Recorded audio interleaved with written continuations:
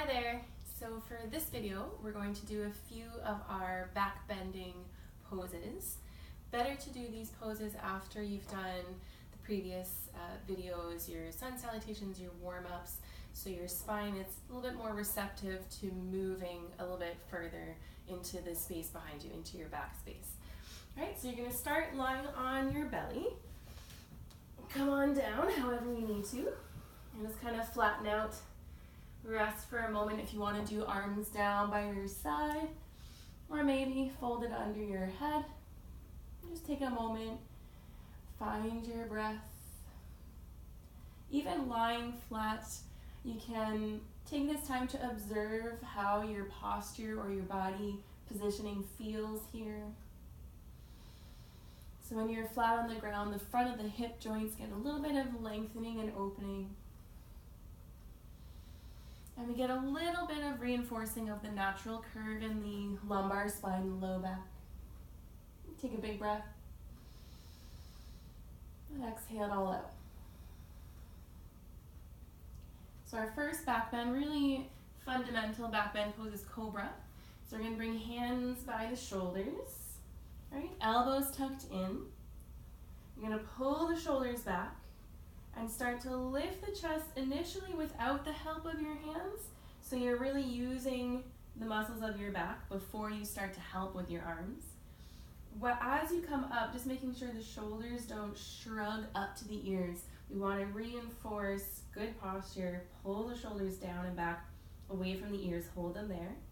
And you can start to press into the hands a little bit further, just testing out how your back feels about it.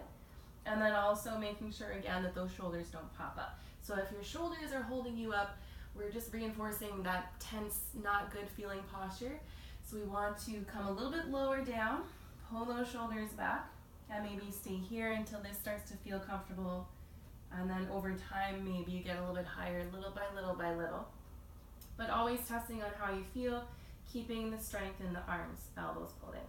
Chin just halfway lifted, so not all the way up, so you're crushing the back of your neck, but halfway from all the way down, up and all the way down, right in the middle, right? Pressing into the hands, elbows tucked in, breathing here. Feeling the work of it, so about 5 breaths. And then if this is feeling a little bit pinchy in the low back, think of trying to tuck your butt under. It's not gonna go very far. But as you think of that, you draw the low belly in, supporting your spine. Take a breath again. And after 5, slowly return back down and rest again. However you want to rest. Flatten out, take a breath.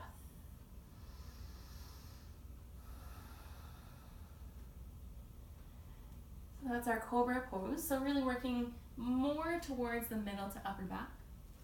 Next one we'll do locust. So we're going to incorporate more of the lower body as well. Legs close together, right? Arms close down by your side. Straight knees, straight arms, shoulders pulling back.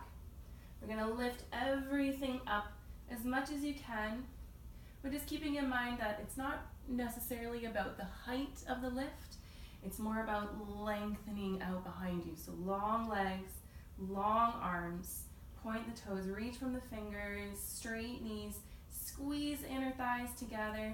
Even here, try and tuck the butt under a little bit. And again, breathe for 5, long, long arms. 4, long, long legs. 3, squeeze the shoulders back. 2, making sure not to sag the head down or lift it up too high right in the middle. And 1, and relax again. And breathe.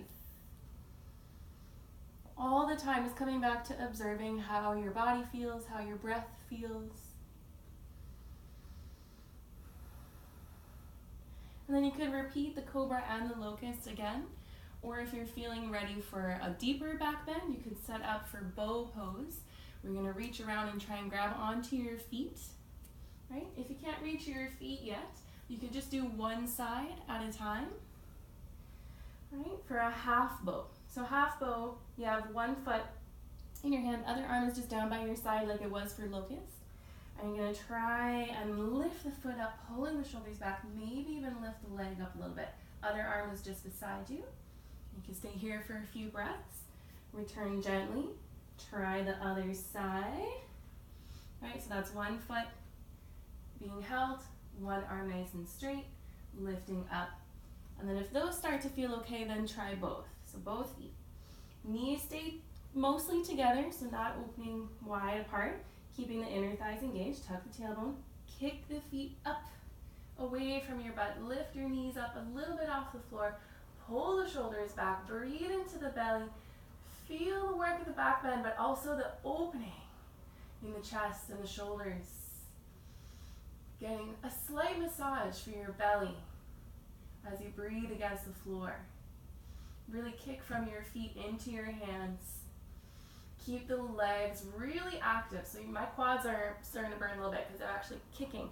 So if I let go, my feet would be going like that, right? Kicking out. Keeping those legs engaged. Breathe. And then again, slowly, gently, relax and rest. And observe, you should feel your heart beating more after back bending poses. They are energizing poses to kind of lift your energy up, get your heart going. So they're also good if you're feeling kind of sluggish or slow or a little bit cold. You know, in the middle of winter, these are good poses to practice kind of warming up from the inside. And then just finish with a child's pose. You can stretch that back out after working it. So bring the knees in, sit back to the heels, nice and gently, whatever arms you prefer. Again, observing the breath, smoothing the breath out.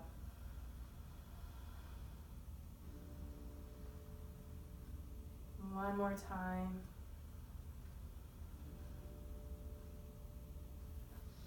And then just coming back up nice and slowly. And again, you could do that a few more times or just work on that for now.